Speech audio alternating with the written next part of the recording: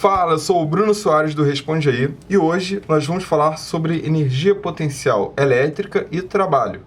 Bom, isso pode aparecer basicamente em três possíveis situações.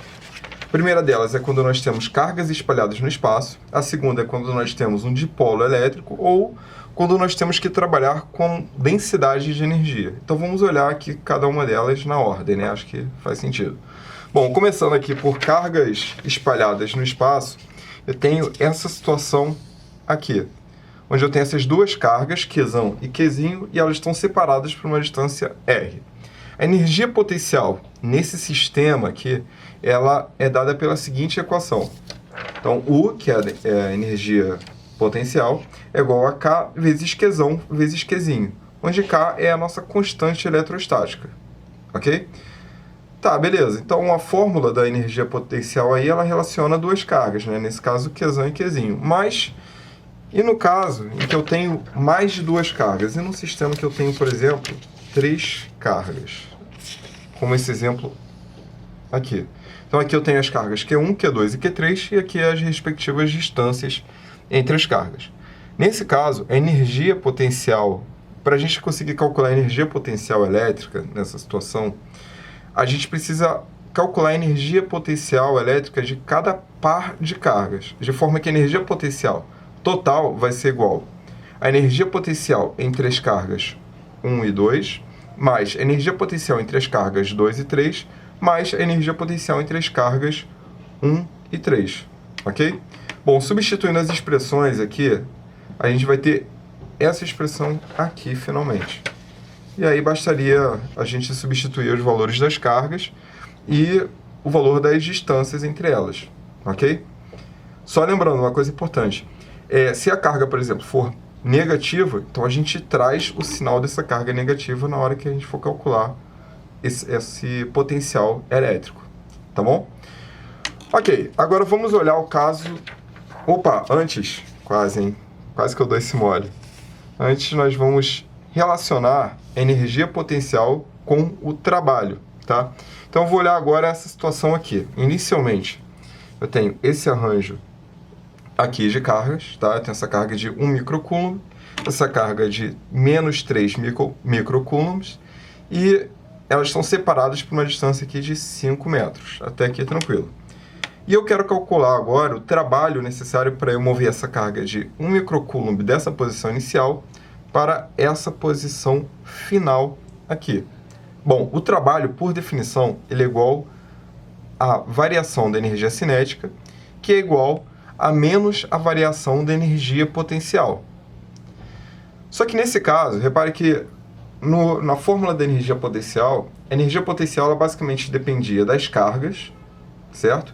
E dependia da distância entre as cargas. Só que nesse caso aqui, as cargas continuam as mesmas e a distância entre as cargas continuam as mesmas.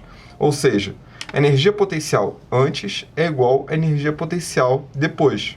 Logo, a variação de energia potencial é igual a zero e, finalmente, o trabalho necessário aqui para eu mover essa carga de 1 microcoulomb dessa posição inicial para essa posição final vai ser igual a zero. Ok? Bom, agora vamos olhar, agora sim, vamos olhar o caso do dipolo elétrico. A ideia aqui é basicamente essa, se liga. Eu tenho aqui duas cargas, uma positiva e uma negativa, e o módulo dessas cargas aqui são iguais, tá? E nessa região eu tenho um campo elétrico apontando para a direita. Antes, para a gente poder calcular o trabalho, aqui a energia potencial, nesse caso, a gente precisa definir uma coisa chamada momento de dipolo elétrico, que é dado por essa expressão aqui. Vai ser igual a Q, que é o módulo dessas cargas aqui, vezes esse vetor D, onde esse vetor D, ele tem um módulo igual à distância entre as cargas, e a direção e sentido é sempre apontando da carga negativa para a carga positiva, é sempre isso, tá?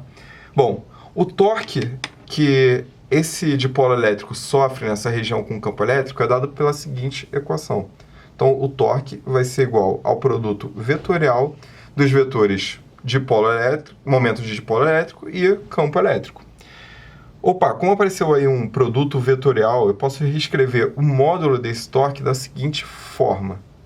Então, o torque aqui vai ser igual a P vezes E vezes o seno de θ. Tá, beleza, Bruno, você está falando de torque, mas a gente ainda não começou a calcular a energia potencial aqui. Bom, o trabalho aqui para eu conseguir realizar esse torque, para esse torque girar o meu dipolo elétrico, vai ser dado pela seguinte equação. Vai ser igual a menos o torque vezes dθ, e substituindo a expressão aqui do torque, do módulo, né, desse torque elétrico, a gente vai ter essa expressão aqui. Bom, integrando esse cara, a gente vai chegar a essa expressão aqui, finalmente, onde a energia potencial aqui vai ser igual a menos P vezes E vezes o cosseno de θ, que vai ser igual a menos o produto escalar dos vetores P e E. Bom, para sair daqui e chegar aqui, a gente precisa ter em mente que o trabalho ele é igual a menos a variação da energia potencial, tá? E que a integral de seno de θ é igual a menos cosseno de θ. Fazendo isso, a gente consegue chegar nessa expressão aqui, para a energia potencial de um dipolo elétrico. Ok, agora vamos olhar duas situações aqui ainda sobre o dipolo elétrico. A primeira situação é aquela em que a gente tem um equilíbrio estável, que é basicamente essa situação aqui. Opa, não, quase. Essa situação aqui, beleza? Confundi aqui os desenhos. E a segunda situação é em que a gente tem um equilíbrio instável. Agora sim, né? Apareceu. Beleza. Bom, quando a gente tem um equilíbrio estável, o ângulo aqui entre os vetores E e P é igual a zero. E substituindo na expressão da energia potencial, a gente vai ver que a energia potencial é igual a menos P vezes E. E quando a gente tem um equilíbrio instável, o ângulo entre esses dois vetores aqui é igual a 180 graus, onde o cosseno de 180 graus é igual a menos 1, logo a energia potencial é igual a P vezes E. O que é importante notar aqui é o seguinte, que no equilíbrio estável, a nossa energia potencial ela é mínima, enquanto no equilíbrio instável, a nossa energia potencial é máxima. Ok? Agora, vamos para o último tópico aqui, que é justamente, são situações em que a gente tem que lidar com a densidade de energia. Ok, Bruno, mas o que é a densidade de energia? Por definição, a densidade de energia é a quantidade infinitesimal de energia sobre unidade infinitesimal de volume no espaço.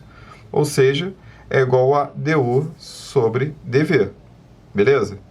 Bom, substituindo aqui a expressão do potencial, da energia potencial elétrica e derivando isso aqui, enfim, reorganizando todos os termos, a gente vai chegar a essa expressão aqui. A energia potencial, a densidade de energia elétrica é igual a ε0 vezes o módulo do campo elétrico ao quadrado dividido por 2. É essa expressão aqui que a gente precisa gravar, tá? E se você quiser calcular a energia potencial em um sistema, basta integrar essa expressão aqui no volume, ou seja, fazer isso daqui. Repare que eu tirei o ε0 e o 2 aqui da integral justamente por serem valores constantes, tá? Bom, consegui te ajudar com esse vídeo? Responde aí, a gente se fala no próximo vídeo.